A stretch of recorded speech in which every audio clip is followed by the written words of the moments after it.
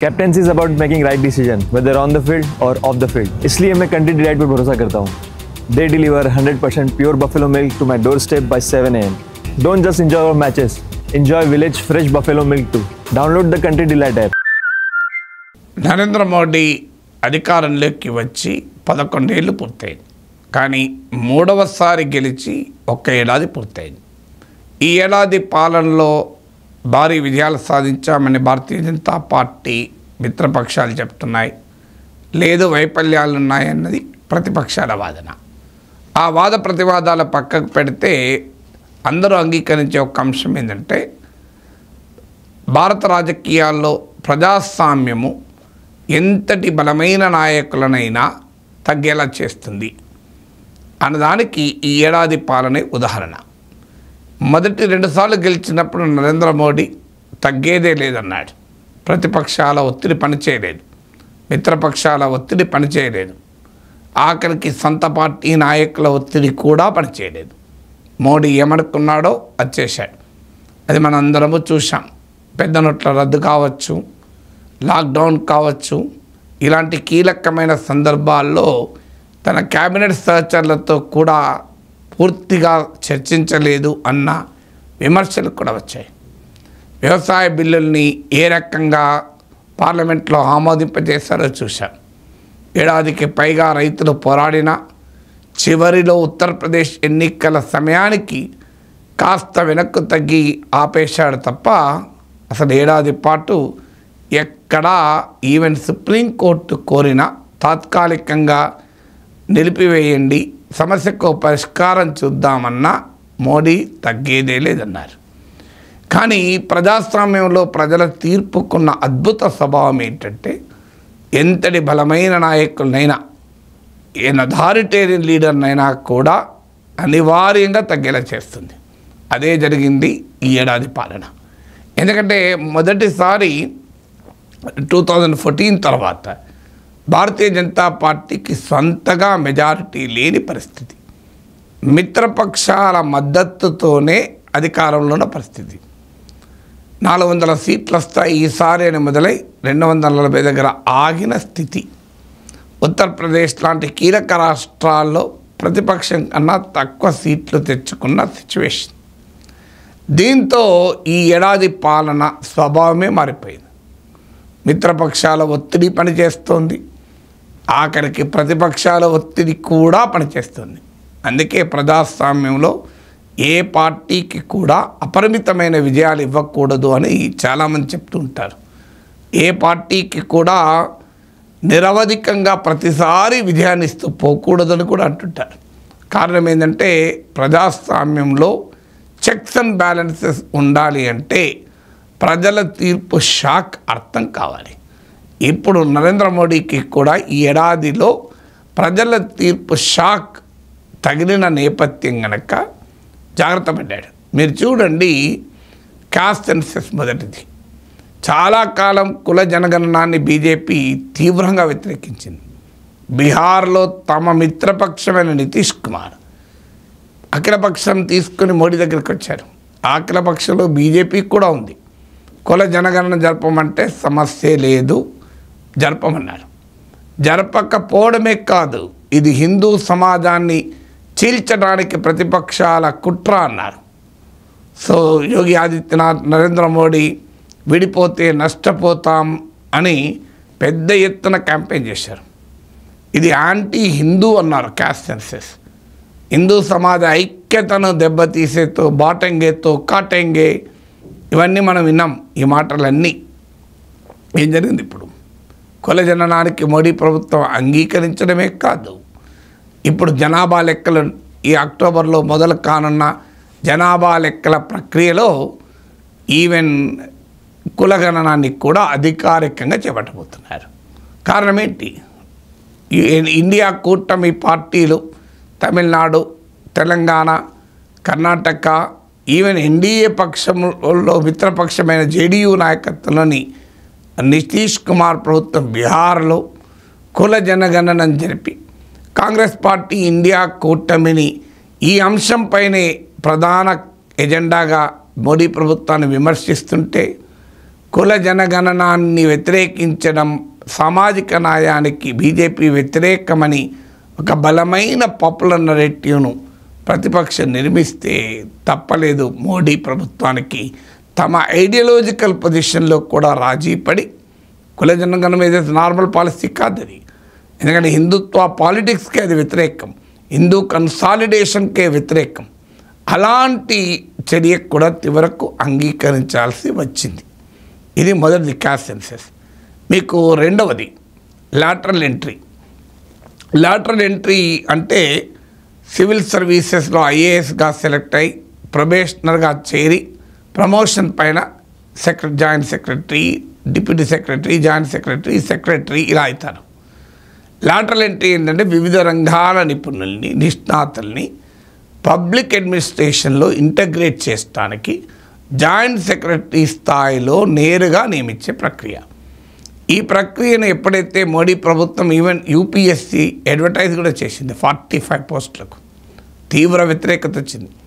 ఇది రిజర్వేషన్లను బైపాస్ చేస్తుంది, సామాజిక న్యాయానికి తూట్లు పొడుస్తుంది అని పెద్ద ఎత్తున వ్యతిరేకత వచ్చింది. ఆల్రెడీ 2024 ఎన్నికల్లో రాజ్యాంగం పైన మారుస్తామంటున్నారు, రిజర్వేషన్లు ఎత్తేస్తారు అనే అంశం బీజేపీకి భారీగా కాకతగిలింది.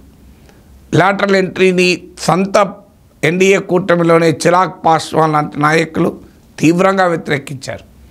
జేడీయూ వ్యతిరేకించింది. బీహార్లో ఎన్నికలు రాబోతున్నాయి. సో ఈ తమ మిత్రపక్షాల ఒత్తిడి కూడా తీవ్రతరం కావడంతో లాటరల్ ఎంట్రీపై వెనక్కు తగ్గారు. ఆ వెనక్కు తగ్గే ఒక్కరోజు ముందు కూడా గట్టిగా సమర్థించారు. లాటరల్ ఎంట్రీ ప్రభుత్వ ఎఫిషియన్సీని పెంచుతుంది, మేమే కొత్తగా చేశామా, యూపీఏ ప్రభుత్వంలో చేయలేదా, మాంటేక్ సింగ్ అలవాలియా లాటరల్ ఎంట్రీ కాదా, ఇలా తీవ్రంగా అటాక్ చేశారు.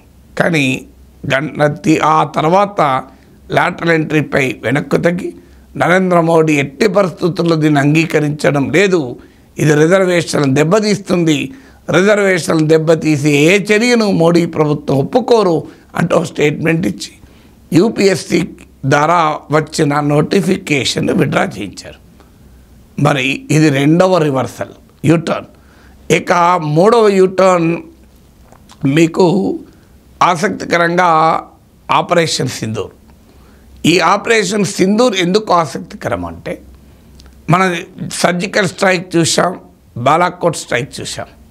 ఈ రెండు సందర్భాల్లోనూ ప్రతిపక్షం పైన మామూలు దాడి చేయలే. అసలు ప్రతిపక్షం దేశద్రోహులు, మేము దేశభక్తులము, భారత్ పాకిస్తాన్ల మధ్య యుద్ధం జరుగుతుంటే దేశభక్తులు దేశద్రోహుల మధ్య కూడా యుద్ధం జరుగుతోంది అనే రాజకీయ వాతావరణాన్ని తీసుకొచ్చారు. అఫ్కోర్స్ ప్రతిపక్షాలు కూడా సర్జికల్ స్ట్రైక్స్ పైన, బాలాకోట్ స్ట్రైక్స్ పైన ప్రశ్నలు లేవనెత్తాయి. అది కూడా బీజేపీకి ఆయుధమైంది. ఈ 10 ఏళ్లలో ఏనాడు కూడా అఖిల పక్షాలు పెట్టి ప్రతిపక్షాల సహకారాన్ని తీసుకొని ప్రతిపక్షాలను ఇన్వాల్వ్ చేసే సందర్భం లేదు. సర్జికల్ స్ట్రైక్స్ అప్పుడు లేదు, బాలాకోట్ స్ట్రైక్స్ అప్పుడు లేదు, అంతకు ముందు ఏ అంశములోనూ లేదు. కానీ ఆపరేషన్ సింధూర్ విషయంలో ఆల్ పార్టీ మీటింగ్లు పెట్టి ఆఖరికి మల్టీ పార్టీ ప్రతిపక్ష సభ్యులతో కూడిన డెలిగేషన్లను విదేశాలకు పంపించి పెద్ద ఎత్తున యూనిటీ ఇమేజ్ని ఇచ్చారు. ఇందులో మీకు ఇంకా సర్ప్రైజింగ్ 7 పార్లమెంటరీ డెలిగేషన్స్ వెళితే అందులో 3 ప్రతిపక్ష నాయకులే నాయకత్వం వహించారు. 2 బీజేపీ సభ్యులు, ఇంకో 2 బీజేపీ మిత్రపక్షాల సభ్యులు నాయకత్వం వహించారు. అంటే చాలా క్లియర్గా ప్రతిపక్షాన్ని ఇన్వాల్వ్ చేయారు. ఇది ఎప్పటి నుంచో మాలాంటి వాళ్ళని చెప్తున్నాం. నేషనల్ సెక్యూరిటీ, డిఫెన్స్, ఇలాంటి ఫారిన్ పాలసీ, ఇలాంటి అంశాలలో అధికారం పక్షం ప్రతిపక్షం అన్న తేడా లేదు, అందరూ ఒక్కటే అని చాలాసార్లు చెప్పాం. కానీ ఏనాడు ప్రభుత్వం వినలే, అసలు ప్రతిపక్షాన్ని పట్టించుకోలే. కానీ ఇప్పుడు పాకిస్తాన్పై దౌత్య యుద్ధంలో ప్రతిపక్షాన్ని ఇన్వాల్వ్ చేసినటువంటి ఒక ప్రత్యేక పరిస్థితి మనం చూస్తున్నాం. ఇక 4వది పార్లమెంట్ లోపల ఎలా వ్యవహరిస్తున్నారు అన్నదానికి ఉదాహరణ. సో పార్లమెంట్ లోపల మీరు గమనిస్తే మీరు యూపీఏ ప్రభుత్వ హయాంలో 10 ఏళ్లలో అనేక బిల్లుల్ని పార్లమెంటరీ సెలెక్ట్ కమిటీకి పంపించారు. దానిపైన సమగ్రమైన ప్రతిపక్షాలు డిమాండ్లు చేసిన అనేక సందర్భాల్లో పార్లమెంటరీ సెలెక్ట్ కమిటీకి పంపించారు. కానీ ఈ 10 ఏళ్లలో అసలు పార్లమెంటరీ సెలెక్ట్ కమిటీకి పంపించిన బిల్లులు చాలా పరిమితం. మీరు PRSindia.org అని మీరు పార్లమెంటరీని ట్రాక్ చేసే వెబ్సైట్లో డేటా చూడండి, దొరుకుతుంది. ఇందులో పార్లమెంటు బుల్డోజ్ చేసి ప్రతిపక్షాన్ని అవసరమైతే సస్పెండ్ చేసి బిల్లులు ఆమోదించుకున్నారు తప్ప సెలెక్ట్ కమిటీలకు పంపలేదు, జాయింట్ పార్లమెంటరీ కమిటీకి పంపలేదు. వ్యవసాయ చట్టాలపైన చూసాం, అదానీ వ్యవహారం పైన చూసాం. కానీ ఈసారి చాలా క్లియర్గా మీకు మార్పు కనబడుతోంది. వక్ఫ్ అమెండ్మెంట్ యాక్ట్ పైన పార్లమెంట్ సెలెక్ట్ కమిటీకి పంపించారు. వివిధ బిల్లుల పైన జాయింట్ పార్లమెంటరీ కమిటీ మీకు వక్ఫ్ అమెండ్మెంట్ యాక్ట్ పైన అయితే జేపీసీ వేశారు. సో ప్రతిపక్షాన్ని ఇన్వాల్వ్ చేసే పార్లమెంటరీ ప్రక్రియ కొంత మొదలైంది, మొత్తం మొదలైంది అని అనలేదు, కానీ కాస్తంత మొదలైంది. ఇప్పటికీ కూడా మీకు ఈవెన్ ఆపరేషన్ సింధూర్ తదనంతర పరిణామాలపైన పార్లమెంట్ సెషన్ పెట్టడం లేదు. డిప్యూటీ స్పీకర్ అసలు ఎన్నికనే 5 ఏళ్ల పాటు గతంలో జరపలేదు, ఇప్పటికీ జరపడం లేదు. సో ఈ పరిణామాలున్న కాస్తంత పార్లమెంటు పట్ల, పార్లమెంట్లో ప్రతిపక్షం పట్ల కాస్త మీకు ఆ మేరకు ప్రాతినిధ్యం ఇవ్వడం మొదలైంది.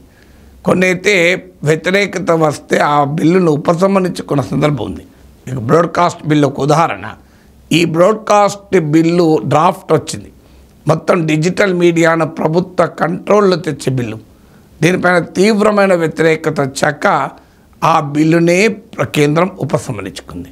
దాన్ని మళ్ళీ రివ్యూ చేసి ఇంట్రడ్యూస్ చేస్తామని గతంలో మనం ఎన్నడూ చూడలే. ఒకసారి ఏకపక్షంగానే బిల్లులు తెచ్చేవాళ్ళు, ఇప్పుడు జేపీసీకి రెఫర్ చేస్తున్నారు. ఈవెన్ వ్యతిరేకత వస్తే విడ్రా కూడా చేస్తున్నారు. సో ఈ పరిణామాలన్నీ దేనికి సంకేతం? ఇవన్నీ ఎందుకు జరుగుతున్నాయి? బలమైన ప్రతిపక్షం ఉండడం వల్ల జరుగుతోంది. ఎన్డీఏలో మిత్రపక్షాల ఒత్తిడి పెరగడం వల్ల జరుగుతోంది. అంటే ఎంతటి బలమైన నాయకుడైనా ప్రజా తీర్పుకు తలవగ్గాల్సిందే అన్న దానికి ఈ మోడీ ఏడాది పాలన ఉదాహరణ. అలాగే మరో ముఖ్యమైన అంశంపై కూడా మోడీ ప్రభుత్వ యూటర్న్ మనం చూసాం. యూనిఫైడ్ పెన్షన్ స్కీమ్ 2024 ఎన్నికలకు ముందు కూడా దీనిపైన పెద్ద చర్చ జరిగింది. OPS versus CPS, Congress party, Aam Aadmi party లాంటి ప్రతిపక్ష పార్టీలు తాము అధికారంలోకి వచ్చిన రాష్ట్రాల్లో ఈ ఓల్డ్ పెన్షన్ స్కీమ్కు వెళ్తున్నట్టు నిర్ణయాలు కూడా తీసుకున్నారు. మీరు రాజస్థాన్, హిమాచల్ ప్రదేశ్ లాంటి రాష్ట్రాలు చూసాం. అలాగే ఆమ్ ఆద్మీ పార్టీ పంజాబ్లో చేసింది, ఛత్తీస్గఢ్లో కాంగ్రెస్ ప్రభుత్వం చేసింది, జార్ఖండ్లో కాంగ్రెస్ జేఎంఎం ప్రభుత్వం చేసింది. దీనిపైన బీజేపీ తీవ్రంగా వ్యతిరేకించింది. నిర్మలా సీతారామన్ పార్లమెంట్లో ఫైనాన్స్ మినిస్టర్ అసలు దేశం బ్యాంక్రప్ట్ అవుతుంది, ఈ ఓల్డ్ పెన్షన్ స్కీమ్ అమలు చేస్తే అసలు ఎకానమీ నిలబడదు, ఇది ఓల్డ్ పెన్షన్ స్కీమ్ అన్సస్టైనబుల్ అంటూ పెద్ద ఎత్తున భారతీయ జనతా పార్టీ నాయకులు అటాక్ చేశారు. సిపిఎస్ తప్ప మరో మార్గం లేదన్నారు. ప్రతిపక్షాలు ప్రజల్ని మోసం చేస్తున్నాయన్నారు. కానీ ఏం జరిగింది? చివరకు యూనిఫైడ్ పెన్షన్ స్కీమ్ అని ఓల్డ్ పెన్షన్ స్కీమ్లో ఉన్న అష్యూర్డ్ పెన్షన్ను, అలాగే కంట్రిబ్యూటరీ పెన్షన్ స్కీమ్లో ఉన్న కంట్రిబ్యూటరీ క్యారెక్టర్ను రెండింటినీ మేళవించి సిపిఎస్ కన్నా చాలా మెరుగైన, ఓపీఎస్తో పోలిస్తే ఆ స్థాయిలో లేకపోయినా కొత్త స్కీమ్ను పట్టుకొచ్చారు. అంతకుముందు no question at all assured in pension అనేది సాధ్యమే కాదు అని వాదించారు. అటల్ బిహారీ వాజ్పేయి ప్రైమ్ మినిస్టర్గా ఉన్నప్పుడు ఎన్డీఏ ప్రభుత్వం దీన్ని మొదలుపెట్టింది. యూపీఏ ప్రభుత్వం దీన్ని అమల్లోకి తీసుకొచ్చింది. అప్పుడు పార్లమెంట్లో అడిగారు కూడా, అష్యూర్డ్ పెన్షన్ ఉండాలి అంటే సాధ్యమయ్యే పని కాదు, this is a market linked scheme, assured ఎలా సాధ్యమవుతుంది అని వాదించారు. ఇప్పుడు యూనిఫైడ్ పెన్షన్ స్కీమ్ పైన ఓల్డ్ పెన్షన్ స్కీమ్కు వెనక్కు వెళ్ళకపోయినా అట్లీస్ట్ యూనిఫైడ్ పెన్షన్ స్కీమ్ను ఆఫర్ చేశారు. అంటే ప్రజాస్వామ్యంలో ప్రజా ఉద్యమాలే కాదు, ఎన్నికల్లో ప్రజల తీర్పు ఏ రకంగా తమకు అనుకూలమైన విధానాన్ని తీసుకొచ్చుకోవటానికి ఉపయోగపడతాయనటానికి ఇదొక ఉదాహరణ.